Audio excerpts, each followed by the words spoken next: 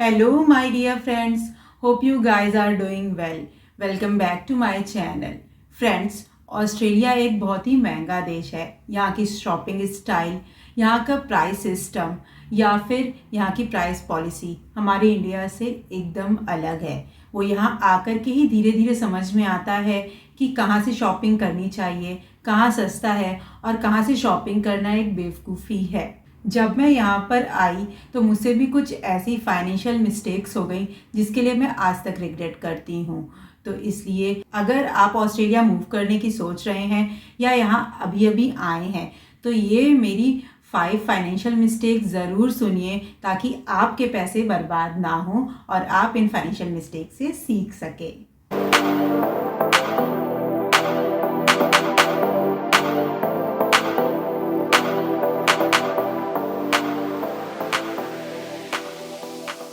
Friends, इस video में आगे बढ़ने से पहले if you still not subscribe my channel, please subscribe my channel and don't forget to click on the bell icon so you can get my all upcoming videos notification.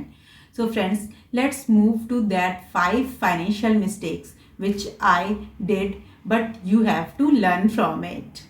So friends, मेरी जो सबसे पहली mistake थी वो ये थी कि baby product सब नया लेना और ऐसे प्रोडक्ट्स भी बाय कर लेना जो मैंने यहाँ पर देखे लोगों को यूज़ करते हुए, पर मुझे ये नहीं मालूम था कि मुझे वो काम में आएंगे या नहीं आएंगे। लाइक स्टॉलर, हाई चेयर, क्रिब और मैक्सिमम टॉयज़ जो शायद उस एज के बच्चे के लिए ज़्यादा यूज़फुल नहीं थे। तो मेरी मैक्सिमम चीज़ें यूज़ ही नहीं हुई और वैसी की वैसी नई की नई रखी हुई हैं।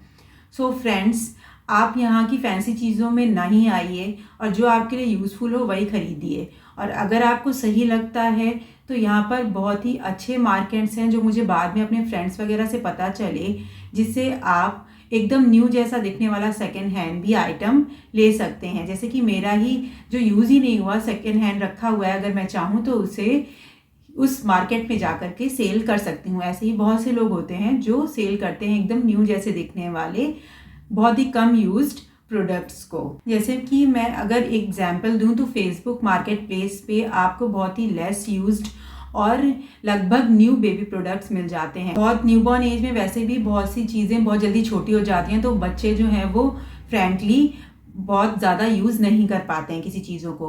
और आजकल पेरेंट्स जो हैं वो बच्चों को अपने साथ बैठा के ही खिलाना चाहते हैं ताकि बच्चे उनका देख करके खाना खाएं।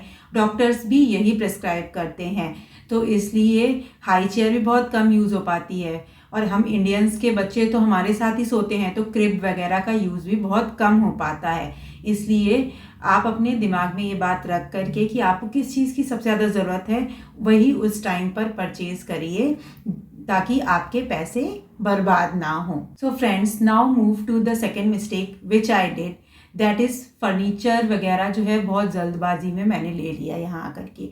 तो फ्रेंड्स, जब हम माइग्रेट करते हैं इंडिया से यहाँ पर तो हमारे पास अपने ब्रीफ केसेस के अलावा कुछ भी नहीं होता, और साथ में अगर फैमिली हो, बच्चा हो, तो हमें बहुत जल्दी रहती है कि हम जल्द से जल्द फर्नीचर वगैरह ले लें ताकि हमारे लिए वो कन्वीनियंट हो। सो ऐसे ही जल्दबाजी में मैंने कुछ मूविंग आउट सेल्स के बारे में पता करके वहाँ से फ्रिज वगैरह ले लिया, पर बाद में जब और ज़्यादा एक्सप्लोर किया तो समझ में आया कि वो जो हमने वहाँ मूविंग आउट सेल से लिया है वो तो एक्चुअल दाम के बराबर ही हमें पड़ा है, जबकि हमने सेकेंड हैंड सामान लिया है। लाइक कि अगर आप माइग्रेंट है, न्यू माइग्रेंट है, तो हो सकता है कुछ लोग आपको बेवकूफ़ भी बना दें कि आपको कुछ नहीं मालूम है। सो बाद में फ्रेंड्स धीरे धीरे हमें पता चला कि फेसबुक मार्केट प्लेस से, गम ट्री से या ऐसी बहुत सी ग्रे मार्केट वेबसाइट्स हैं जहाँ से आपको फर्स्ट हैंड या सेकेंड हैंड फर्नीचर्स जो हैं वो बहुत ही अफोर्डेबल प्राइजेस पर मिल सकते हैं।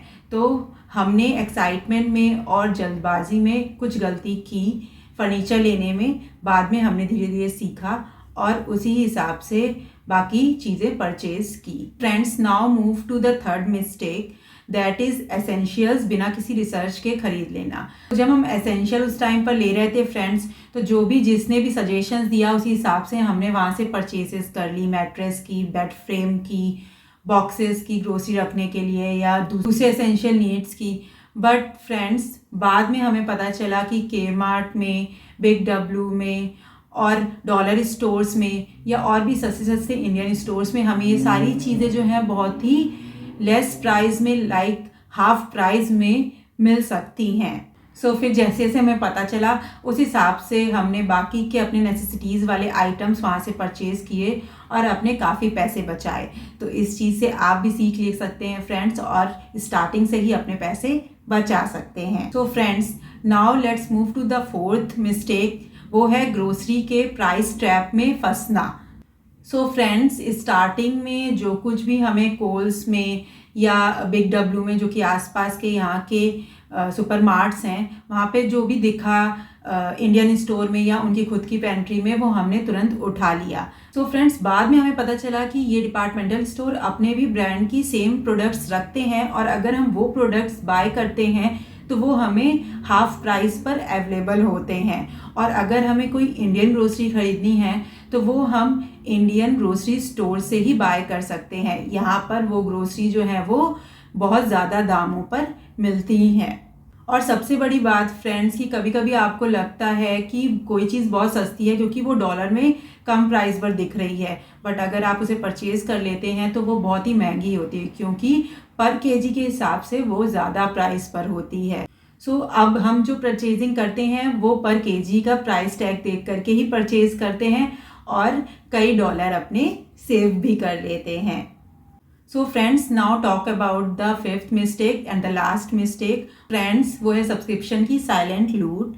सो इंडिया में फ्रेंड्स हम 1000 तक में पूरे ईयर के लिए एनुअली सब्सक्रिप्शन ले लेते हैं, प्राइम का, नेटफ्लिक्स का, बट यहाँ पर ऐसा नहीं है। यहाँ पर वही सब्सक्रिप्शन आपको 15 से $25 पर मंथ के हिसाब से पड़ती है।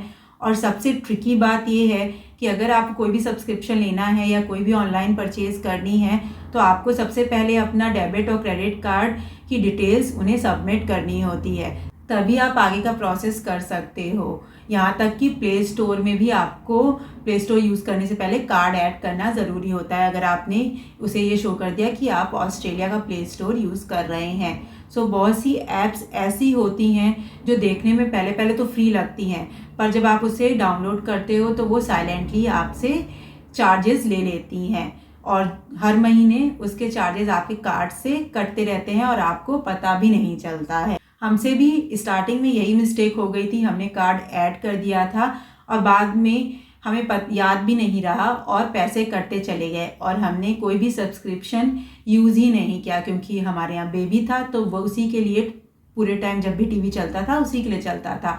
तो इस तरीके से हमारे इस चीज़ में पैसे बहुत ज़्यादा वेस्ट हो गए।